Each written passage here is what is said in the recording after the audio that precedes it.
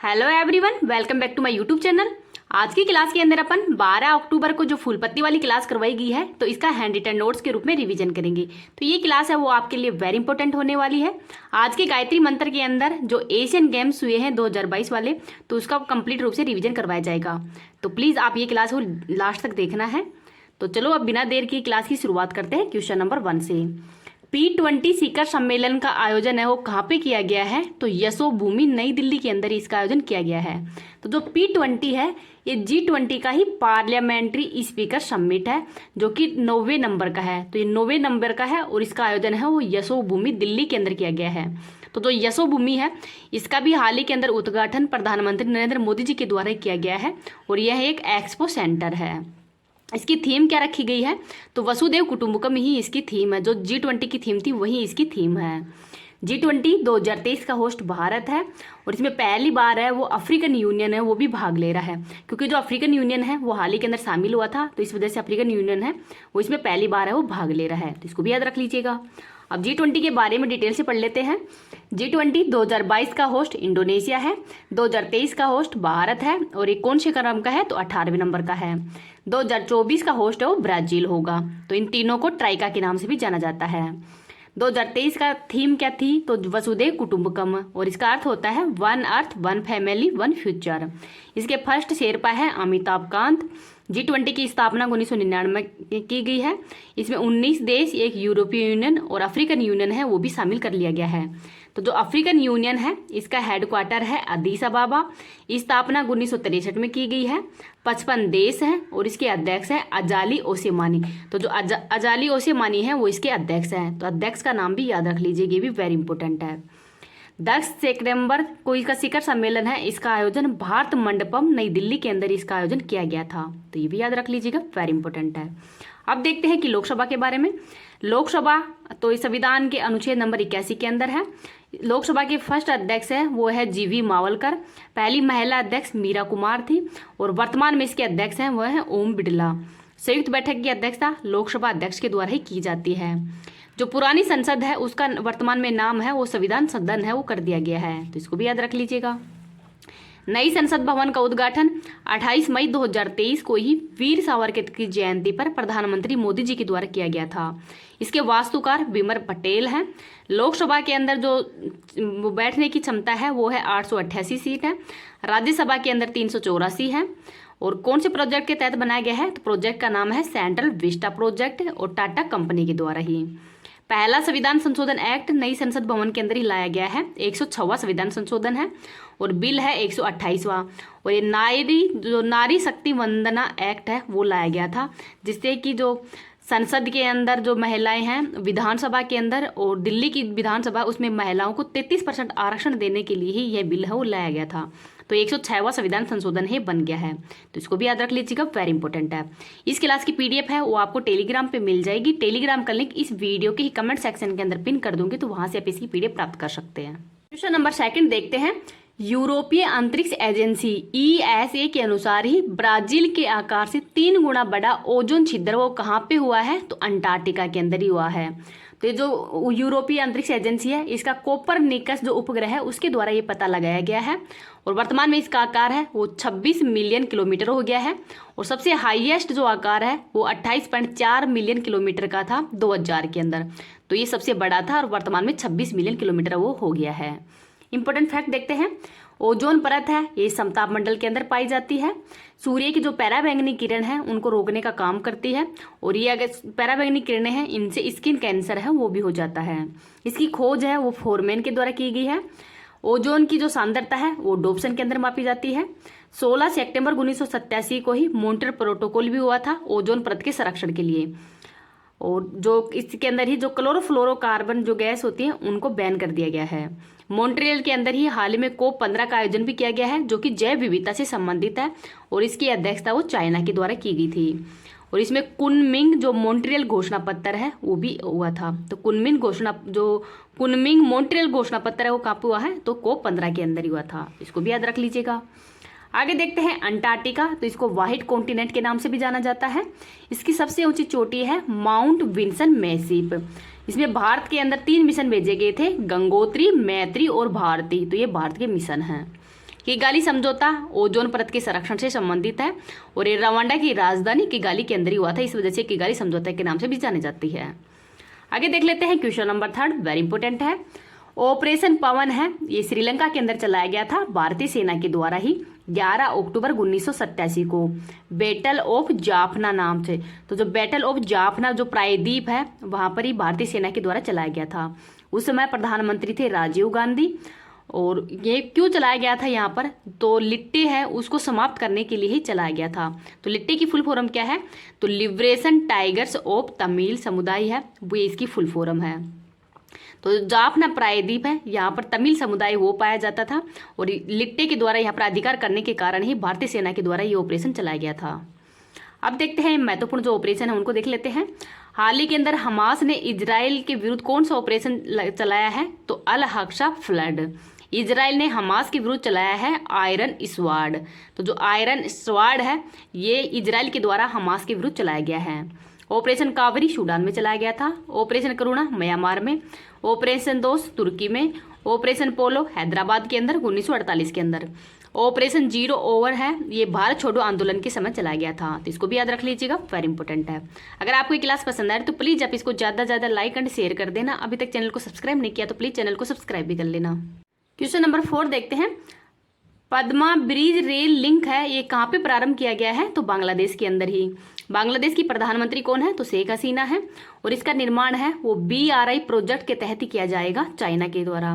Belt road initiative, तो OBOR ये भी चाइना का ही है और ये BRI जो प्रोजेक्ट है उसके तहत इसका निर्माण हो किया जा रहा है। आगे देखते हैं। भारत बांग्लादेश के मध्य ही डीजल सप्लाई के लिए मैत्री पाइपलाइन है वो शुरू की गई है। 3 बीघा कॉरिडोर, तो इसके अंतर्गत ही 100वां संविधान संशोधन किया गया था भारत और बांग्लादेश के मध्य।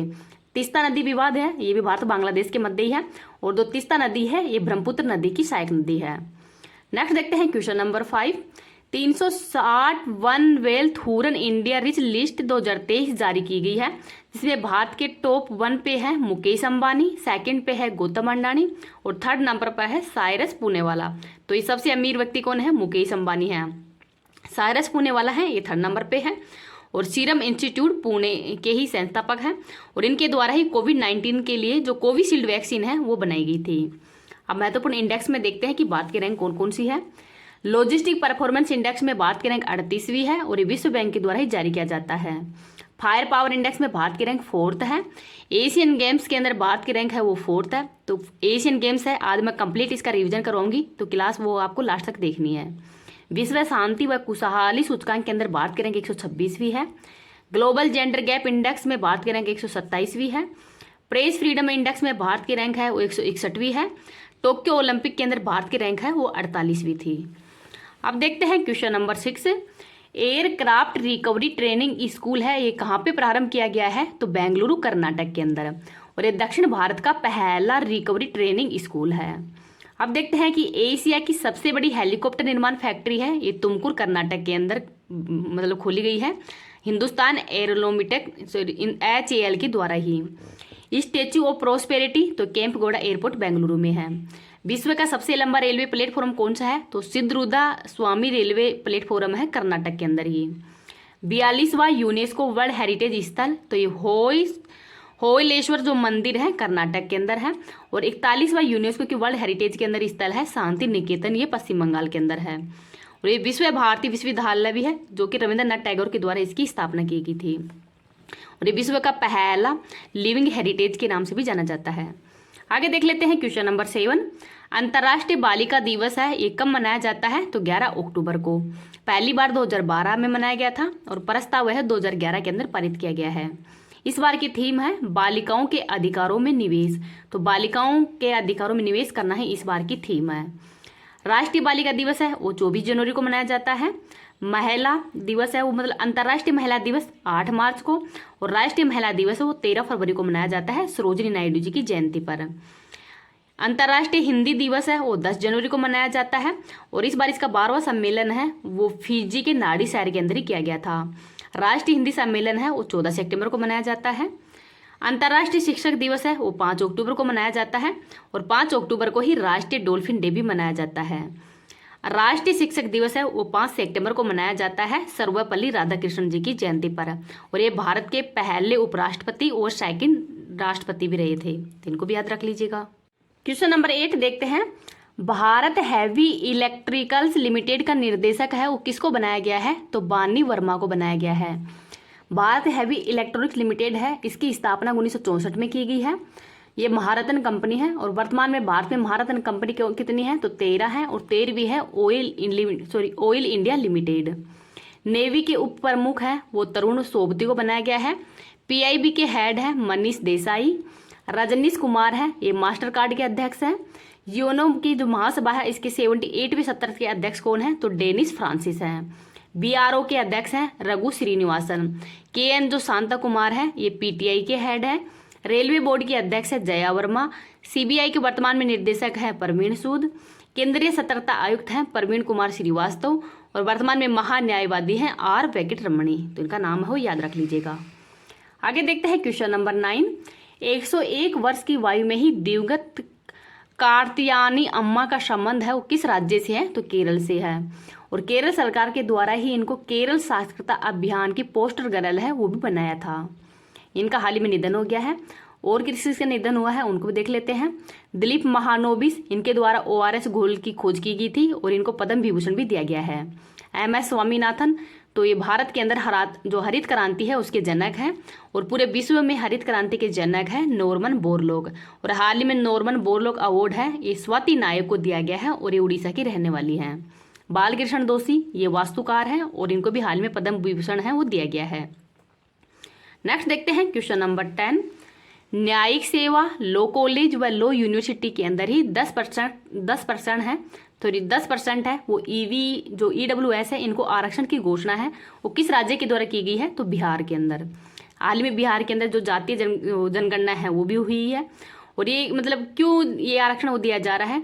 तो गुणवत्ता मूलक कानून की समझ को बेहतर करने के लिए ही ये आरक्षण वो दिया जाएगा।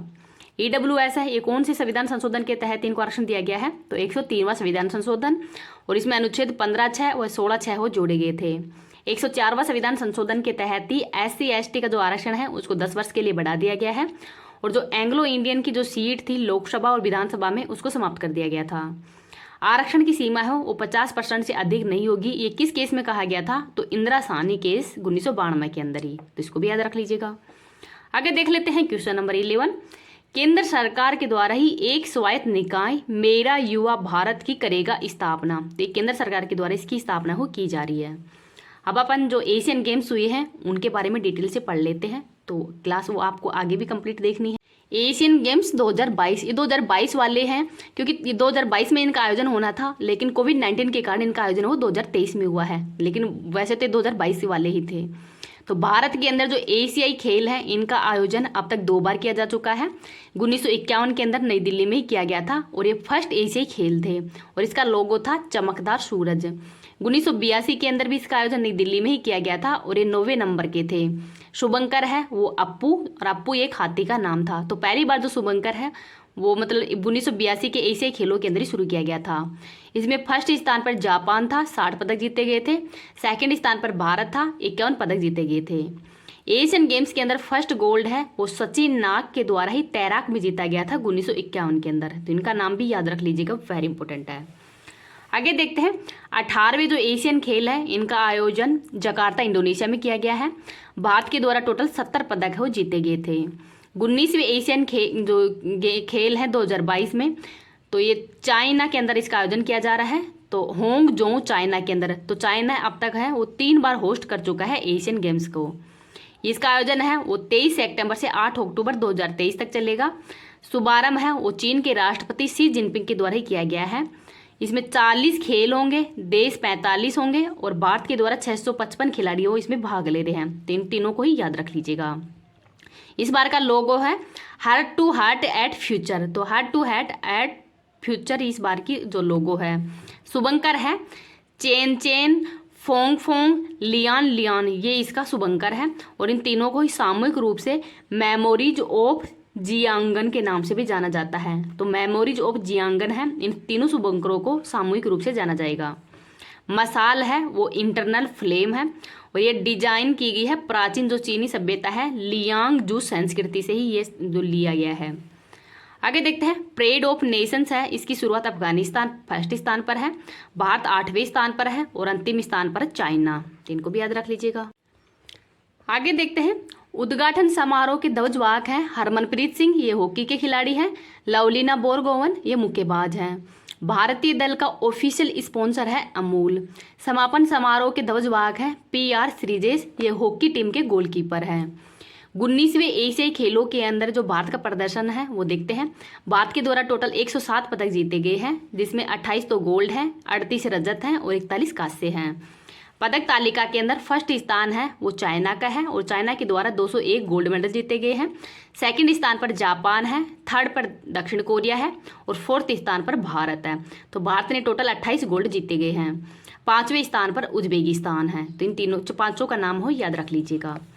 सबसे अधिक पदक है वो एथलेटिक्स के अंदर ही भारत के द्वारा जीते गए हैं। तो टोटल 29 पदक जीते हैं, लेकिन गोल्ड इसमें 6 ही हैं। निशानेबाजी के अंदर टोटल 22 पदक जीते हैं, लेकिन 7 गोल्ड जीते हैं। नीरज चोपड़ा के द्वारा गोल्ड मेडल जीता गया है 88.88 मीटर भाला फेंक के ही। किशोर जैना ने रजत पदक जीता है भाला फेंक में ही। फर्स्ट गोल्ड है वो निशानेबाजी के अंदर ही जीता गया है 10 मीटर एयर पिस्टल के अंदर, रुद्रांश, दिव्यांश और ऐश्वर्य के द्वारा। सेकंड गोल्ड है वो महिला क्रिकेट टीम के द्वारा जीता गया है, और इसमें हराया किसको है, श्रीलंका को। महिला क्रिकेट टीम की कप्तान है हरमनप्रीत कौर। पुरुष क्रिकेट टीम है उसने अफगानिस्तान को हराया है, और जो पुरुष क्रिकेट टीम है इसके कप्तान है ऋतुराज गायकवाड़। तीरंदाजी के अंदर फर्स्ट गोल्ड है वो ज्योति तथा ओजस के द्वारा जीता गया है, और घुड़सवारी के अंदर 41 साल बाद गोल्ड मेडल जीता गया है। इससे पहले 1982 के अंदर जीता गया था। तो जो 1982 के अंदर जो एशियन खेल्स है इसका आयोजन भारत में ही किया गया है, और उस समय जो घुड़सवारी के अंदर गोल्ड मेडल जीता गया था। शिफ्ट कौर समरा है, इसने शूटिंग के अंदर गोल्ड मेडल जीता है 50 मीटर राइफल्स के अंदर। टेनिस में गोल्ड ऋतुजा व रोहन बोपन्ना के द्वारा जीता गया है। पारुल चौधरी के द्वारा 5000 मीटर में गोल्ड मेडल जीता है। अन्नू रानी ने गोल्ड मेडल जीता है भाला फेंक के अंदर। बैडमिंटन के अंदर गोल्ड है वो सात्विक और चिराग ने जीता है। हॉकी के अंदर मेंस ने गोल्ड मेडल जीता है जापान को हराकर।